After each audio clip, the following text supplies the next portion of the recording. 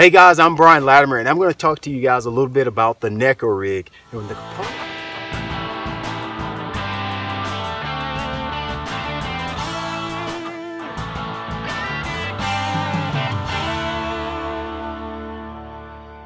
Neko rig and the components that I use to get the most out of the Neko rig. If you're not familiar with the Neko rig, I'll show you what all the components are right here. You know, I like to use Z-Man plastics. In my opinion, they make the best plastics on the market. They're softer, they're more supple. You're just going to get a lot better action out of using a softer plastic like the Elastic formula. The two baits that I like to use the most is the Z-Man Zinkers, and I like to use the 5-inch Z-Man Fatties. Those are my favorite baits to use when I'm using a Neko rig. Elastic formula is a lot different. It just will not break.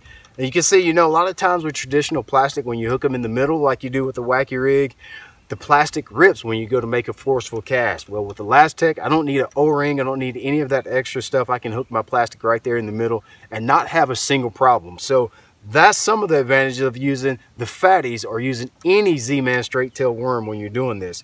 Now, all a Neko rig is basically a wacky rig. You're going to hook it not necessarily in the center, but closer to the first third of the bait. And what I like to do is with the Elastic formula, it's a little bit different. Can't usually use the typical nail weight like you would in traditional plastic. So I take a Ned rig head, cut the point of the hook off, and insert it in the front of the bait like that. Now, you're probably asking, what's the difference between the Neko rig and a traditional shaky head or a traditional wacky rig? Well, you're going to have a little bit different cadence when the bait falls. A lot of times, especially with the Fatties, that bait will spiral as it's falling. A lot of times, 90% of the time, that's when I'm going to get my bite, is when this bait is falling to the bottom.